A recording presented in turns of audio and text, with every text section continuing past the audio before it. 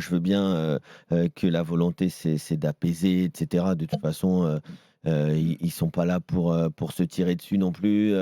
Ils sont quand même là pour que le Paris Saint-Germain gagne le plus de matchs possible jusqu'à la fin de saison. Ceci étant dit, mais comment, comment d'un côté, moi, j'ai jamais trop critiqué Luis Enrique, mais comment Luis Enrique peut dire on prépare la saison prochaine au mois de février?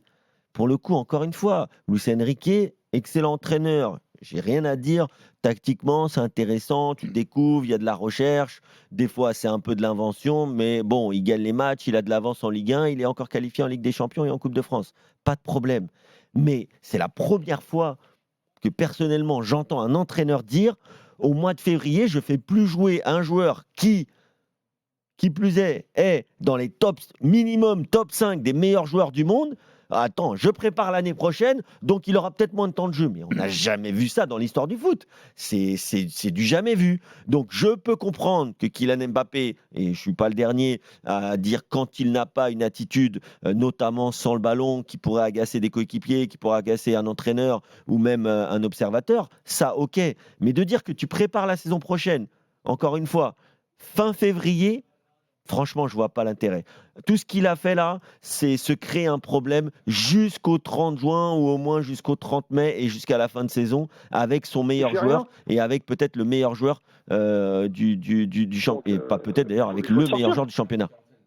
Ok, Roland, toi sur ce choix déjà de ce choix tactique de faire sortir Luis Enrique et comme le dit Kevin de préparer la saison prochaine, t'en penses quoi? Mais évidemment, je pense la même chose que ce que vient de dire Kevin. Et je rajouterai aussi, c'est que qu'est-ce qui fait passer aux coéquipiers de Mbappé comme message? En plus de ça, que je trouve prétentieux de penser que obligatoirement ça sera l'entraîneur du Paris Saint-Germain la saison prochaine. Et ensuite, Ouais, il a un contrat par contre. comment? Il a un contrat. Il peut considérer qu'il est là l'année prochaine. Ah oui, il peut être contractuellement, mais il peut ne pas être là suivant les résultats qui vont se passer dans pas longtemps.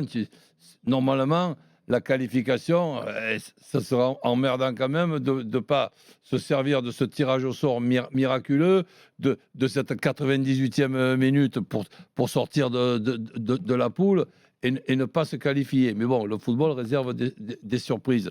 Mais en ce qui concerne après le message, donc c'est-à-dire que de raconter aussi aux coéquipiers d'Mbappé, tu me dis si je me trompe, qu'on sera meilleur la saison prochaine. Donc déjà, tu fais d'une pierre deux coups, là. Tu mets un coup de marteau sur la tête de Mbappé et tu fais comprendre aussi aux coéquipiers d'Mbappé qu'il va y avoir un recrutement pour être meilleur que l'effectif de cette année. C'est pas l'arrivée uniquement d'un joueur qui remplacera Mbappé. C'est de l'arrivée de 3, 4, 5 très très bons joueurs. Et je vois pas, sincèrement, excuse-moi, je vois pas à quoi ça sert. J'arrive pas. Si ça, je peux l'entendre. Et c'est moi qui dois certainement être fatigué. Je vois pas à quoi ça sert de s'occuper début mars de ce qui se passera la saison prochaine et qu'on sera meilleur sans Mbappé la saison prochaine. Ben, Non, mais... si par exemple, une dernière question, si la Champions League cette année, elle est gagnée par le Paris Saint-Germain, et moi je pense que tout est possible, d'autant plus que j'arrête pas de rappeler ce qu'on vient de voir à la CAN avec la Côte d'Ivoire, ça peut se passer avec le Paris Saint-Germain. Le football, des fois, c'est difficile à comprendre. Ah, peut-être qu'en Afrique, tu n'avais pas Manchester City ou l'Inter non plus, quand même. D'accord, mais je parle au niveau de quand tu as gagné les matchs, de la dernière minute, etc. Ouais, mais etc. Coach, donc excuse-moi, je termine. Donc, en ce qui concerne Mbappé, aujourd'hui, tu penses que psychologiquement, ça te sert à quoi d'expliquer ça aux coéquipiers d'Mbappé? À quoi? Bah, je te le dis, moi, il y a deux choses. De toute façon, vous êtes d'accord là-dessus? Non, il y a deux choses. Bah, moi, je n'ai pas parlé de la phrase de cette semaine disant qu'il pense que l'année prochaine, il sera meilleur. Ça, c'est une chose.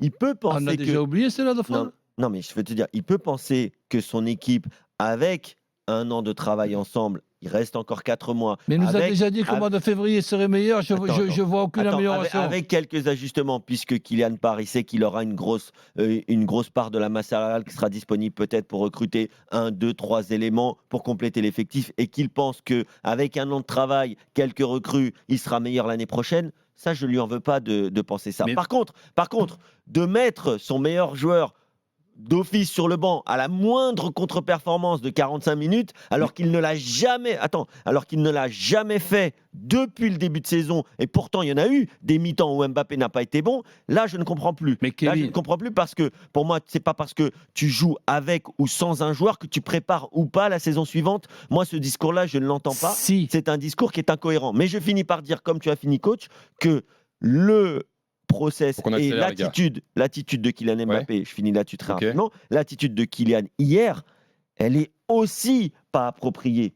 Parce qu'il se dit très bien, il est très intelligent, qu'il va avoir toutes les caméras braquées et que hier, presque, tu sors pas du vestiaire. Si tu veux, tu vas en tribune, tu connais le stade Louis II, voilà, tu passes par une trappe, tu vas en tribune, tu regardes le match, tu rentres chez toi, l'histoire elle est finie. Je peux poser une question. Si le Paris Saint-Germain, un petit peu comme a pu le faire, et j'insiste, la Côte d'Ivoire, c'est-à-dire d'avoir un maximum de réussite, gagne la Champions League.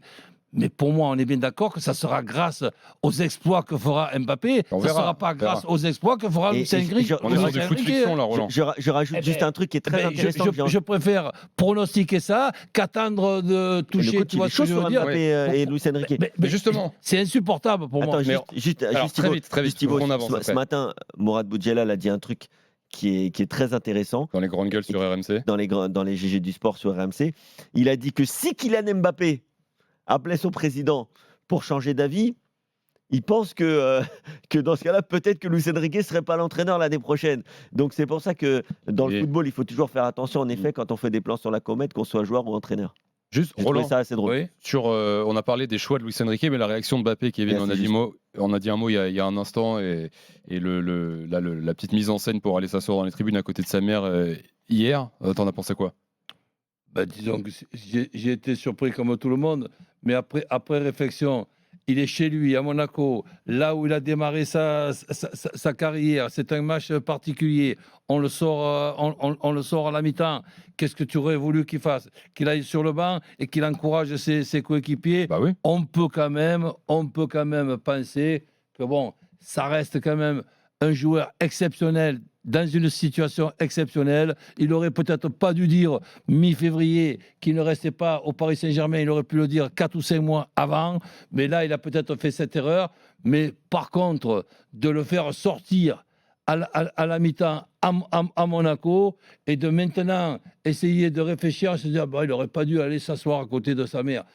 Attendez, les amis, c'est Kylian Mbappé, c'est pas monsieur tout le monde. Hein. En tout cas, ce qui est important, les gars, c'est quand même cette réunion du jour qui peut avoir l'air de rien, mais si elle n'avait pas eu lieu, on serait posé plein de questions mardi. Je veux dire, là, au moins, on se dit que mardi, ça peut rentrer dans l'ordre, que ce sont deux garçons intelligents et qu'ils vont faire la meilleure équipe possible. Réunion par réunion, le mal est fait. Hier, c'était grotesque des deux côtés, et donc ça, ils vont le traîner jusqu'au bout.